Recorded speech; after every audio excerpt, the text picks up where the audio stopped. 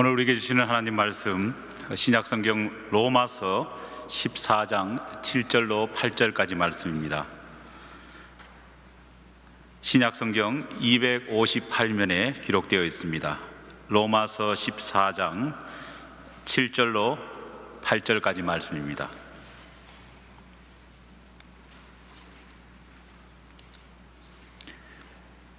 신약성경 258면입니다. 주신 하나님 말씀 봉독하여 올리겠습니다. 우리 중에 누구든지 자기를 위하여 사는 자가 없고 자기를 위하여 죽는 자도 없도다. 우리가 살아도 주를 위하여 살고 죽어도 주를 위하여 죽나니 그러므로 사나 죽으나 우리가 주의 것이로다. 아멘. 아침 일찍 준비한 설교문을 한 번 더 가다듬기 위해서 책상에 앉으려다가 먼저 거실 창문을 활짝 열어봤습니다.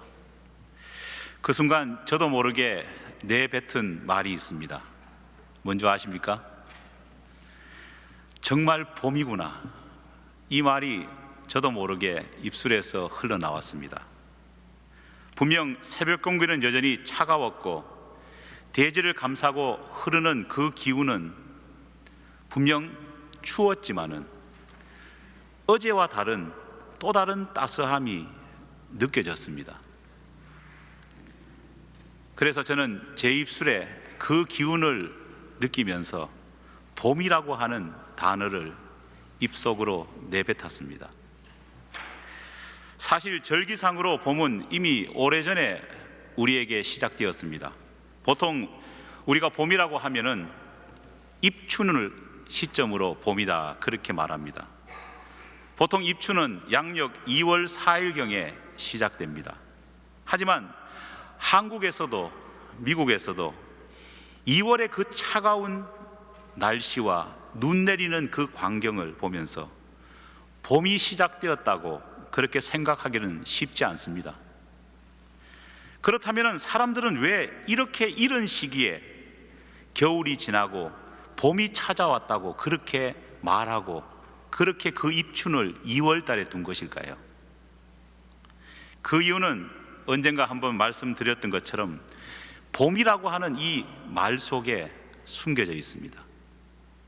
봄이라고 하는 이 단어는 보다라고 하는 동사의 명사형입니다. 우리가 눈으로 무엇을 본다는 말과 또 계절이 바뀌는 그 계절의 바뀜을 지칭하는 말과 어떤 관계가 있을까 아마 의아해하시고 궁금해하시는 분들이 많을 줄 압니다. 하지만 봄이라고 하는 이 말은 단순히 계절의 변화를 지칭하는 말이라기보다는 추운 겨울이 끝나고 따스한 날이 오기를 바라는 우리 인간의 간절한 바람이 담긴 그런 희망의 고백입니다. 도저히 끝날 것 같지 않아 보이는 지루한 그 겨울 풍경은 해가 바뀐다고 해서 별반 달라지지 않습니다. 그렇지 않습니까? 12월의 그 추운 겨울 날씨가 1월 1일이 된다고 해서 갑자기 봄으로 바뀌는가요? 그렇지 않습니다. 해가 바뀐다고 할지라도 별반 달라질 것이 없습니다.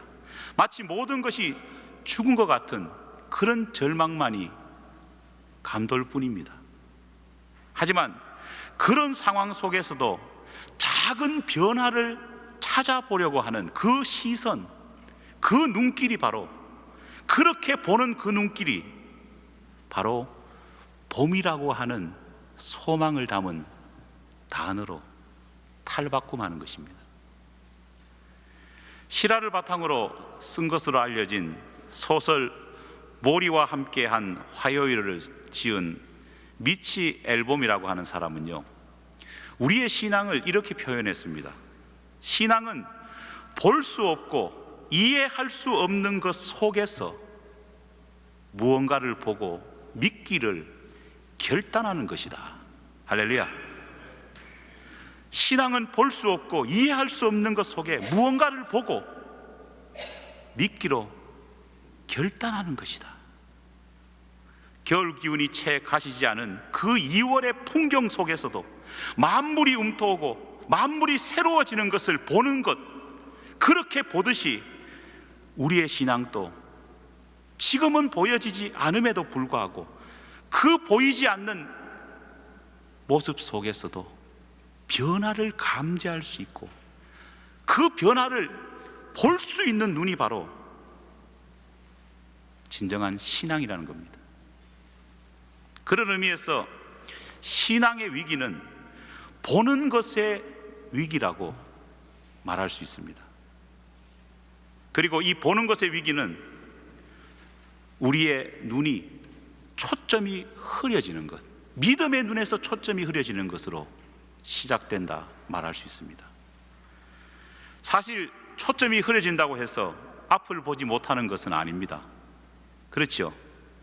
우리가 흔히 말하듯이 시력이 나빠져서 앞을 볼 수 없다, 그렇게 말합니다. 그런데 사실 이 말은 틀렸습니다. 여러분들 아무리 근시가 되고 아무리 난시가 되고 아무리 원시가 된다고 할지라도 정말 장님처럼 앞을 보지 못합니까? 아닙니다. 초점이 흐려질 뿐 볼 수 있습니다. 단지 초점이 흐려진 그 눈은 온갖 응구를 찡그리면서 온갖 인상을 다 쓰며 힘들게 초점을 맞추어야 되는 그런 수고로움이 있지만은 어쨌든 그렇게 열심히 노력하면은 그래도 볼 수는 있습니다. 문제는 이렇게 억지로 수고하며 맞추어진 그 초점을 오래 지속할 수 있느냐? 올해는 지속 못합니다. 저도 눈이 많이 나빠서 안경을 벗으면은요 앞이 보이지 않습니다. 그래도 아침에 일어나면은요 반드시 해야 되는 일이 있습니다. 뭐냐? 안경 벗어가지고 아무것도 보이지 않는다고 할지라도 뭐는 찾아야 됩니까? 안경은 찾아야죠. 그러면은 온갖 인상을 쓰면서요 더듬더듬거리면서 안경을 찾으려고 노력합니다. 처음에는 안 보이던 것이요 인상을 찡그리면서 초점을 맞추려고 노력하면은요 그래도 안경이 어디에 있는지는 보입니다. 하지만 그것을 계속해서 할 수 있을까요? 그렇게 하지는 못한다는 겁니다.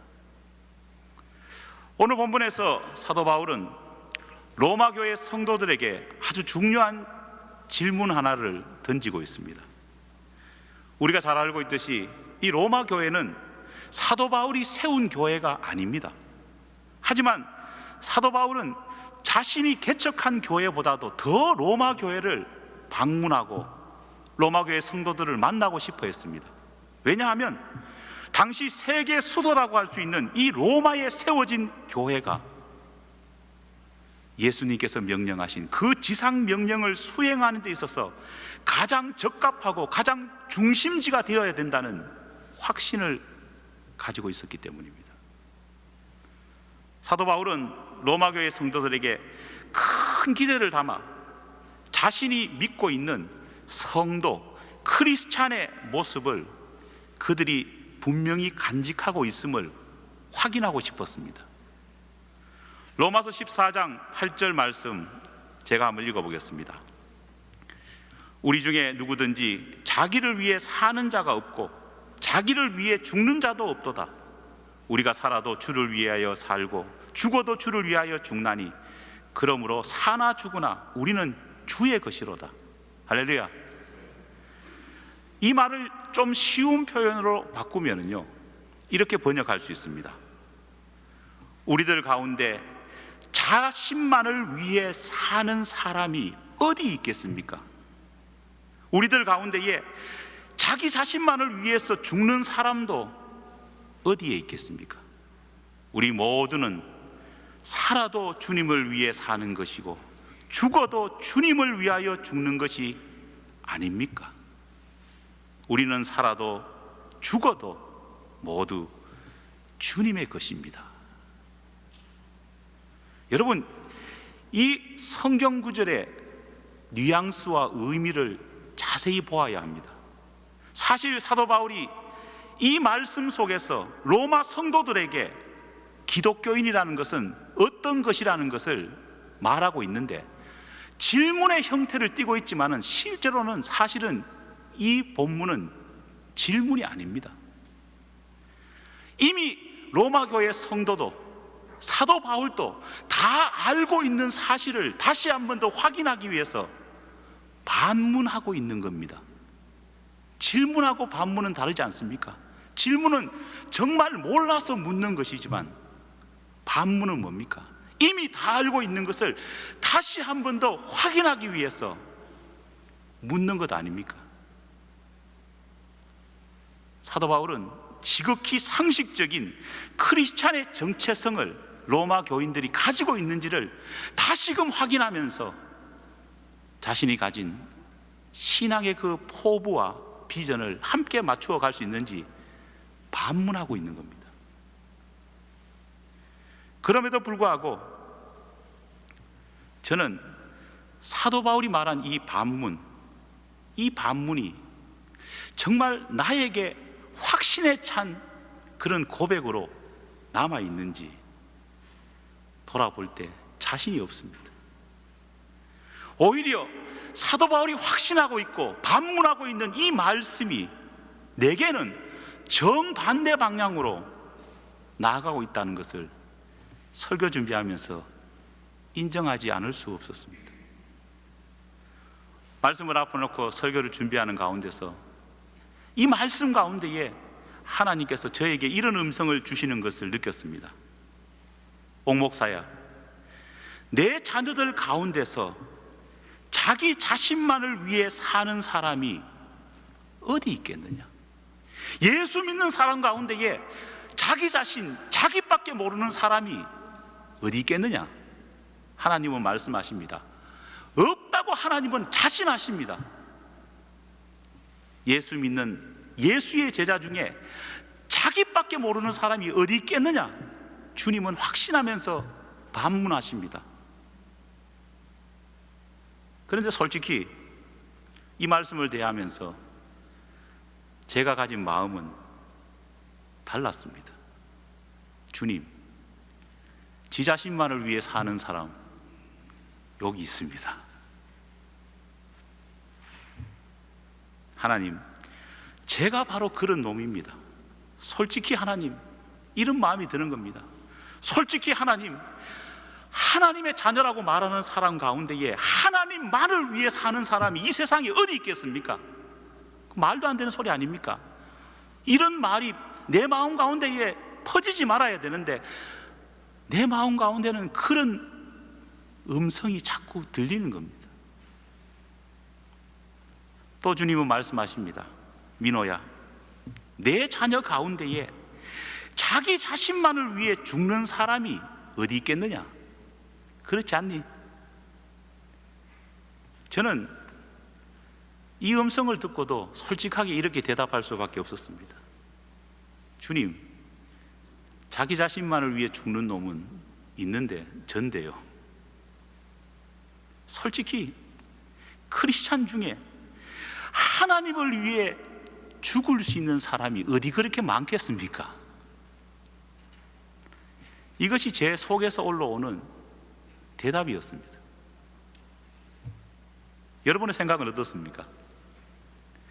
우리가 살아도 주를 위해 사는 것이고 죽어도 주님을 위해 죽는 것이다라고 예수님께서는, 하나님께서는 당연한 듯이 그렇게 물으시는데 그 물음 앞에서 우리는 그렇습니다 주님, 아멘, 그렇게 화답해야 되는데, 예스, 그렇게 나아가야 되는데 그렇게 고백하지 못하고 그렇게 고백할 수 없는 불편함, 주저주저하는 모습이 오늘 우리의 모습은 아닐까 생각을 해봅니다. 하나님 앞에서 우리 자신을 포기하지 못하고 하나님의 안에 나 중심으로 여전히 살고 있는 우리의 그 모습을 저는 이 말씀 앞에서 제가 먼저 발견했고, 이 말씀 앞에서 여러분은 어떻게 과연 살아가고 있는지 질문할 수밖에 없습니다. 우리 자신을 포기하지 못하고 여전히 하나님 중심이 아닌 나 중심으로 살아가는 그런 인생의 그 끝은 정녕 무엇일까요? 기독교 사상가인 C.S. 루이스는 기독교인으로서 자기 자신을 포기하지 못하고 살아가는 사람들에게 이런 이야기를 하고 있습니다. 제가 그분의 책 가운데서 이 부분을 읽어봤습니다. 이런 이야기죠. 어머니의 뱃속에 있는 아기들에게 만약에 선택권을 준다면은 아이들은 뭘 원할까요? 어머니 뱃속에 있는 아이들에게 만약 네가 선택할 수 있는 것을 그대로 해준다고 말한다면은 아이들은 한결같이 따뜻하고 안전한 엄마 뱃속에서 나오지 않고 거기 그냥 머물러 있는 것을 다 좋아할 겁니다. 그렇지 않습니까? 왜냐하면 아이들 생각에는 엄마 뱃속만큼 안전하고 평안한 곳이 없기 때문입니다. 그러나 만약에 우리가 아이들의 의견을 들어준다고 해가지고 그래, 나의 사랑하는 아들아, 나의 사랑하는 딸아, 언제까지 내 뱃속에 그냥 있어라, 그렇게 말한다면은 그 결과는 어떻게 될까요? 우리는 이 질문에 대한 대답을 모두 다 알고 있습니다. 아무리 좋은 엄마 뱃속, 아무리 안전한 엄마 품속이라고 할지라도 그렇게 계속 머물기만 한다면은 그 아이는 필경 어떻게 되죠? 죽습니다. 엄마도 죽고 아기도 죽을 수밖에 없다는 겁니다. 아무리 우리가 좋아하는 것, 아무리 우리가 하고 싶은 것이 있다고 할지라도 우리의 바람대로 그렇게 산다면은 좋아 보이지만은 그것은 실제로는 좋은 것이 아니라 우리가 죽는 길임을 우리는 알아야 합니다. 사랑하는 교회 여러분, 오늘 아침에 보니까요, 진짜 봄이 우리에게 찾아왔습니다. 오늘 우리 딸에게 진짜 봄이 찾아왔다 이렇게 말하니까 이 딸은 그 기분도 몰라주고 아빠 다음 주 화요일에 눈 온다는데 저는 다음 주 화요일에 눈이 안 올 거라 믿습니다. 진짜 봄이 우리 가운데 찾아왔습니다. 그리고 이 봄 속에서 하나님은 우리에게 봄이라고 하는 단어를 말할 때마다 계절에 바뀌는 것이 아니라 정말 보라고 뭔가를 요구하고 있습니다. 뭘 봐야 될까요? 즐거움이 아닌, 단순한 기쁨이 아닌, 그것을 넘어선 뭔가를 봐야 되는 것이 진정한 봄이 아니겠습니까? 내가 정말 살 수 있는 길, 내가 정말 영원히 기뻐할 수 있는 길, 내가 정말 영원히 즐거워할 수 있는 그 길을 보는 것이 진정한 봄을 아는 봄처녀입니다. 무엇을 제대로 본다는 것은요, 단순하게 즐거운 것이 아닙니다. 이것은 생존의 길입니다. 이것은 하나님이 주시는 우리가 살 수 있는 길이라는 겁니다. 오늘 우리는 이 말씀 앞에서 과연 이 봄 속에 여러분과 저는 무엇을 보고 있습니까? 기도하겠습니다.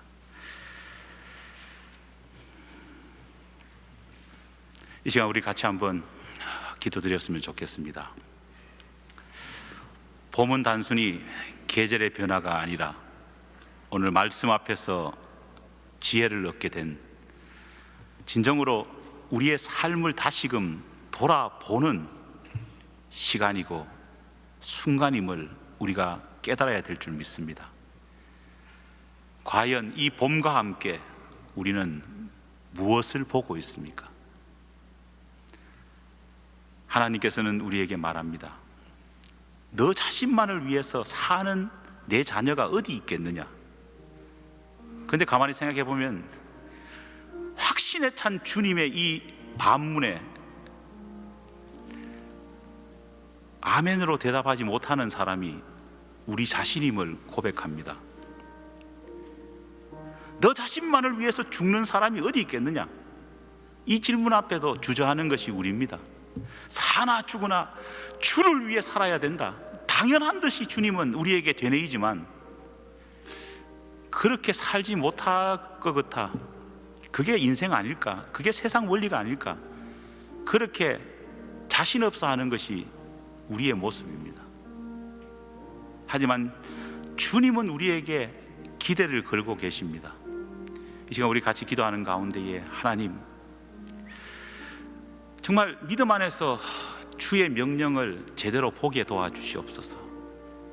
내가 가야 될 길을 제대로 볼 수 있게 도와주시옵소서.